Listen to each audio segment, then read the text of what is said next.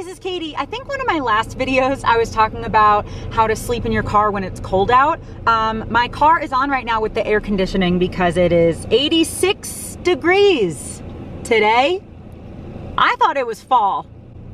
I guess Montana didn't get the memo. Anyway, hey guys, so today's video is going to be about dating when you're living in a car, dating when you're on the road, dating when you're on a road trip. I have gotten some questions about dating before, and I don't talk a lot about dating on my channel, but I'm gonna talk about it today. And so I'm gonna talk about dating kind of like generically and vaguely, and then I might give a couple like personal stories as well, just to kind of let you guys know how I deal with dating when I'm on the road, when I'm living in my car, let you know how other people deal with it and stuff like that. So if you are interested in hearing me talk about dating while you're living in a car, please make sure that you're subscribed and like this video. And yeah, let's just get into it. Okay, so I'm just gonna start with a bunch of my opinions and my experiences, and then also I asked you guys on Instagram is in here. I asked you guys if you had any specific questions about dating while I'm living in my car, so I will answer those at the end. But also I have notes on my phone, so let me get them. Dating, okay. So, you know what, let's just start from the beginning. Let's just start from the beginning of like how I meet people, and then let's go forward from there. Okay, so I generally meet people when I'm on the road on dating apps, like Bumble, Hinge, like those kinds of dating apps. And depending where you are in the country, some are better than others, like the quality of people and what they're looking for, because sometimes people are not looking for relationships, and I am. And so, or friends even, you know. But so if you're on a dating app, it takes a lot of effort and time if you're actually like treating it like it's serious and treating it like you want to find something serious. It takes a lot of effort and time. You can't just swipe for 20 minutes and expect to find like the love of your life. And it takes effort to have conversations with strangers and stuff like that. I've been doing it on and off for years, so I'm really used to it. But I have really noticed more lately that a lot of people don't really seem interested in commitment or like true communication and really getting to know someone on these apps. There are definitely people who do want relationships and do want to connect with people, but there's a lot of people who don't, and so you kind of have to weed through all these people to find the people that you might actually connect with and who might want a commitment and might want like open communication and who you even might get along with in the first place, you know? But so say I am in a town and I am on Hinge or Bumble or whatever, and I start talking to a guy and we kind of keep the conversation going, right? It's like more than hi, how are you, what's going on? You know, like we actually start really talking. I definitely do let people know that I'm on the road, that I'm living in my car, that I'm traveling. And it's so interesting. You guys know how much I love like psychology and sociology and seeing how people react and how people think. And so it is fascinating to me that there are really like three main responses when I say I'm living in my car and I'm traveling. One is, oh wow, that's awesome. I've wanted to do that, or I've done that before, or that sounds cool. And then, you know, they might have follow-up questions about that. One is kind of maybe a little more confused, but still kind of neutral. And then one is negative and or they make fun of me. And that does happen sometimes. Generally, it's more like the middle one-ish. Like they might just be like, wait, what, you live in a car? Like you don't have a van?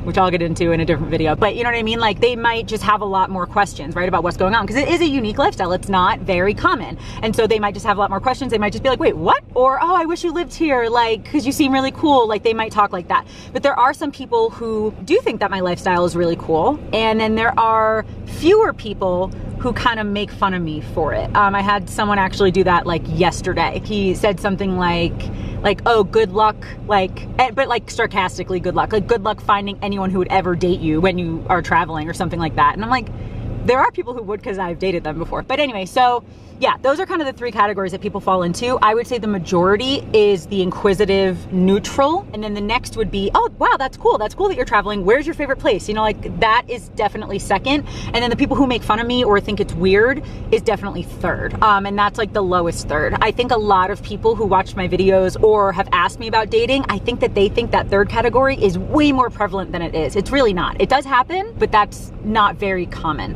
Usually it's just kind of neutral. But anyway, once I tell them, I also make sure to tell them that if I ever found the person that I was like, yep, I'm in this, I'm good, I'm in this is like a really, really serious relationship, like after a while that it became like really serious, I always do tell these guys within like the first couple conversations or whatever that I would be open to moving somewhere if I found someone that I was super committed to. I've done that in the past. I don't know if you guys remember, if you've been watching my channel for like 6 or 7 years. Have I been doing YouTube for 7 years? No. 6 and a half? If you've been watching my channel for like 5 or 6 years, maybe, you might know that I dated someone pretty long term, like 2.5 years. It was kind of on and off, but 2.5 years in like my mid-late 20s. We were long distance for a while. We lived in different places for a while. He was a touring musician, so sometimes he'd be on tour for a while, but there were certain times that I lived, you know, like in San Diego, and he and I were broken up for a little while, but we got back together and I moved to New York to be with him. You know, I am very open to changing my life for priorities. My number one priority is always going to be God. It's always going to be following what I truly believe God wants me to be doing. My next priority under that is using those gifts that God gives me to help people and to encourage people and to share with people. And then if we're talking about, you know, like personal priorities, you know, like living in my car and traveling is definitely one of them because I'm single. When I'm in a relationship, that man is going to become one of my priorities. And so if it becomes really, really serious, I definitely would move to be with that person. And then, you know, we'd figure it out from there, obviously. And so again, there are gonna be some guys who are okay with that, and there's gonna be some guys who aren't, and that's totally fine. I think a couple of the questions that I got, again, I'll do more of the Q&A part a little bit later, but a bunch of the questions that I got, I think were like, has a guy ever not wanted to date you because you lived in a car? And I think once we really started to get to know each other and like started properly dating, I don't think that, I hope the air's not too loud. I'm gonna turn it down a little bit. Sorry if that was too loud. I don't think that any guy has ever ended it because I was traveling or living in a car. There have definitely been people who initially didn't want to meet me because they wanted someone who lived in the same town. Or maybe after one date, they're like, you know, like, no, I prefer someone who lives in this town. And I totally understand that. You know, like we all have preferences of what we want. And my lifestyle is definitely not for everyone. And it's definitely not for everyone to want to date. But I don't I don't feel bad about myself or anything, like if a guy denies me because I'm living in my car. Because here's the thing, if a guy, even if I thought the guy was really cool, and then when I told him I lived in a car, he was like, I am not going to change my core because someone else doesn't like it. Again, I would move if I got engaged or was in a really, really serious relationship, I would move, but that's not me giving up for someone. That's me wanting to prioritize something else. Those are very different things. If I went on 1 or 2 dates with someone and they're like, oh, I don't like that you live in your car, that's weird, I wouldn't even want to date them. I wouldn't want to date them. I wouldn't want to date someone who thinks that the thing that I love the most, traveling, like living in my car, like having this whole experience, and that I've been doing for such a long time. I've been living in my car on and off for 9 years. That's like a quarter of my life. And so if someone thought it was weird or like looked down on it or whatever, I would be like, okay, we are not a good match. That's all it is. And most people are not good matches for one reason or another. Religion, politics, if that's really important to you, maybe different hobbies, maybe different morals, values, goals, future ideas, children, things like that. There's always gonna be deal breakers. There's always gonna be things that you just don't match up. Maybe senses of humor don't match up, or levels of like sarcasm, or how people speak to you. Most people are not made for each other. I'm definitely not made for most people, and most people are not made for me. And so if I meet someone who thinks that living in my car is weird, I'm not gonna be like, oh, well, I'm gonna stop one day, just please like me. No, I'm gonna be like, oh, well, I like living in my car, so maybe we're not a good match. But that's gonna happen with a lot of stuff. That's gonna happen, again, with, you know, if someone really, really, really wants children. You guys know I don't want children. So if someone really wants children, that's gonna be a deal breaker from the beginning. And so I think it's important to bring up really important things in the beginning. I think a lot of people give the advice, or think at least, like, oh, I need to hide everything wrong with me and then show them once they're in love with me in 6 months. And it's like, I think you should get everything on the table now, especially things that are deal breakers. Again, like children, stuff like that. I think you should talk about that within the first couple weeks. And kind of living in a car is similar to that in terms of it's not for everyone. And so there are definitely some people who think it's weird, and those people are just not for me, and I am not for them, and that's totally fine. It doesn't bother me, it doesn't hurt my feelings, and you know, the right person for me would understand that this is something that I love to do. Hopefully they would think it's cool, you know, that I like to travel and that I have traveled. And if they think it's cool, it still doesn't mean they're the person for me. It just means that that one little aspect is like a little check mark, like, okay, cool, at least that's good. But now let's talk about religion, and let's talk about worldviews, and let's talk about psychology. Let's talk about all these other things and see if we're still a good match. You know, this is just one of the things where you find out if it's a good match or not. I hope that I would find someone who still likes to travel and likes road trips, and maybe not even sleep in the car with me, but maybe we would get a van together or something, or maybe we would go camping or something like that. I would hope that I would find someone who enjoys traveling like this. I don't know if that's necessarily a total deal breaker, but I do think that I get along a little bit better, like really personally, with people who enjoy a little bit of a different lifestyle in any way. They have like a unique hobby, or they're really creative in some way, or they do travel, or they have slept in their car. I think that that's generally who I do gravitate towards.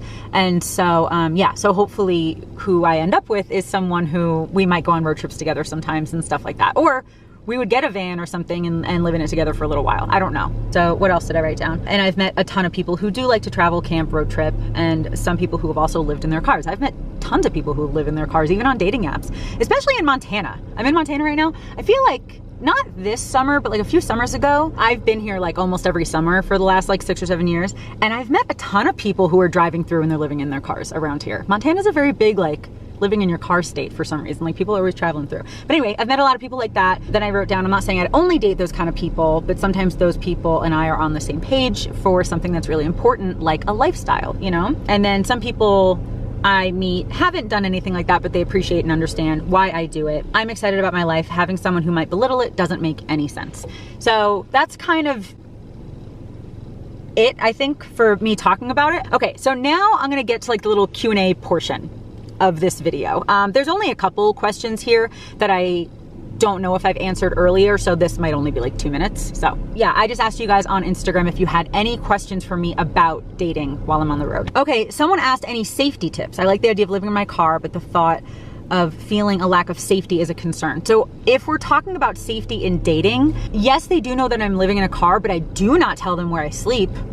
I do not tell them where I sleep at all. I've even had a couple people that I've just talked to on Bumble or whatever over the last few days, just out of curiosity, be like, oh, where do you sleep when you're on the road? I'm like, oh, I'm not telling you. Like, I'm not telling them where I'm sleeping. I think that's like the number 1 safety tip. But then number 2, again, especially if you don't feel comfortable with them, is like, don't let them, is there a shadow on my face? I think there's a shadow on my face. Don't let them see what kind of car you have, or don't let them see where you're driving out of if you don't really feel safe with them. Don't lie. I'm not a fan of lying at all, but just say, I'm not comfortable sharing that information, you know? And definitely talk to them enough that you feel safe to meet them, which might be a couple hours, might be a few days. It depends on the person. But like yesterday, I had someone be like, hi. And I'm like, hi, what's up? I'm really hungry. I gotta go get lunch. Like, I was just trying to make conversation, because sometimes people just say hi and I'm like, you should be leading the conversation. Like, but anyway, and the guy was like, okay, let's go to lunch. And I'm like, well, I don't want to go to lunch. Like, I don't know you. And then like, he was being really weird about it. So I'm like, no, I think you should talk to someone long enough that you feel comfortable to meet them out in public, you know, especially preferably kind of early-ish. If you can still do it when it's light out, I think that's preferable. And meet somewhere in public, maybe somewhere that you've been before so you feel comfortable and safe there, but definitely talk to them enough first that you actually want to meet them. I don't think you just message 2 times and then you go out to eat. I think you have to at least see if you kind of get along before you meet. Yeah, I think those are kind of the important things. A couple people, like Gabriella asked, do you try to find partners that are into the car life thing? I think it's cool when they are, but that's not a deal breaker for me. I just would prefer to be with someone who at least enjoys road trips and enjoys traveling and is open to it.